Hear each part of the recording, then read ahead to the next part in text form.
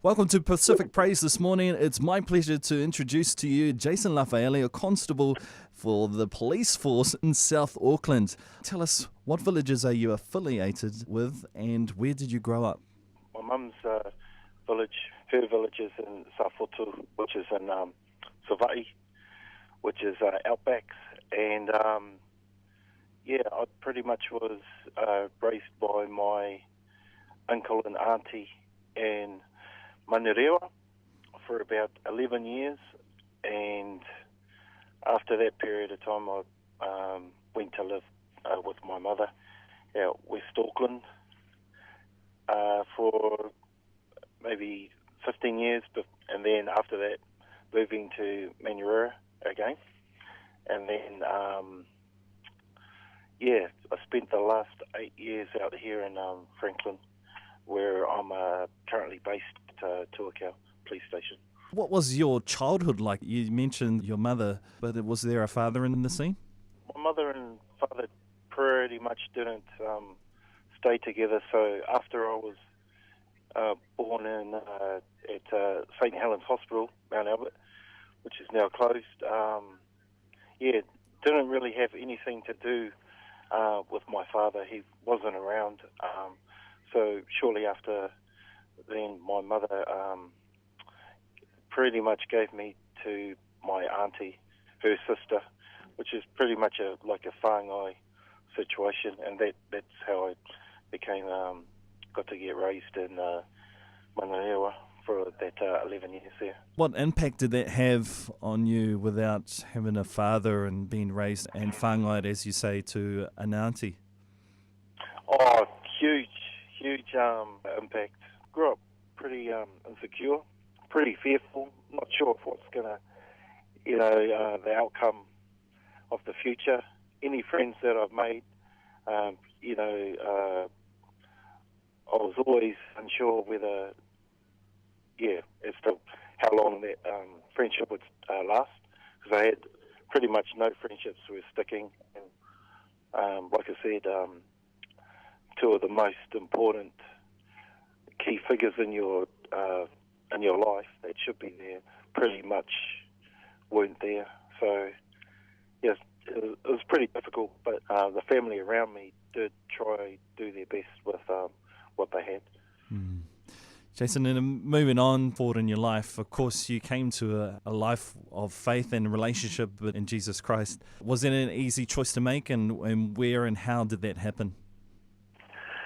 I made a decision to follow Christ at the age of 17, and how that came about was pretty much my first relationship that I got into. Nice girl.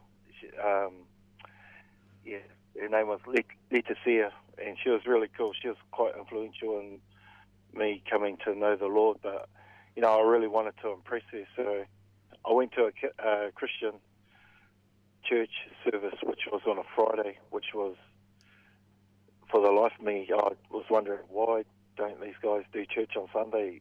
Isn't Sunday the normal day of going to church? So I went to church, sat out the whole service, thinking, she's going to be so proud of me, just wait till I tell her on Monday I went to a Christian church. And then the pastor asked everyone in the church to bow their heads, and he pretty much made a salvation appeal. And at that stage, everything he was saying was going over the top of my head.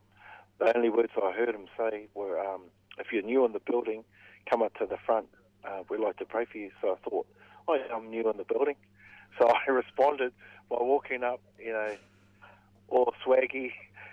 Had a bit of a gasoline on me kind of thing, not really knowing what I was doing. And then the pastor led me through the salvation prayer. I'm pretty sure I was the only one that went up the front, and there was about 300 people in the church, and all I can remember was the pastor finishing off the prayer by saying, "Welcome to the family of God," and everyone raising to their feet, applauding me. And I was wondering, what have I done? What have I done? Turning around, and this whole church is clapping for me. So that was pretty much the first decision that I made for Christ. Probably one of 50 in that year, I think. Yeah, but yeah, that was the first connection there. I'd, as you would say, to God. After your experience with God and going to church, and what was the impact of you accepting Christ? So at that stage, I was now living with my mother in South Auckland and Henderson, and man, God started speaking to me about moving on from my relationship with Letty. So that was really huge for me because, you know, I'm pretty much broken, poor self-esteem, real fearful, all this stuff. So this relationship with this girl is pretty much everything in my world at the moment. And then I just felt God started to prompt me about, you know, this relationship. I was going to be moving on from that. Yeah, God really rocked that relationship, and then we ended up splitting in that after a year. But with my mum, so I was living with my brother, my half-brother Francis, and my mother, and my desire was really to see her come to faith. She was quite active in the Catholic Church, but just for her to experience God the way I was experiencing her. You know, I was young, and for a whole year, I pretty much deceived my mum because I was involved with this awesome youth group at St. Giles Presbyterian out West Auckland, and I was telling my mum that I was at a friend's house, at my friend Rob's house, but in actual fact, I was going to youth group and going to Bible studies and that. So that carried on for a year.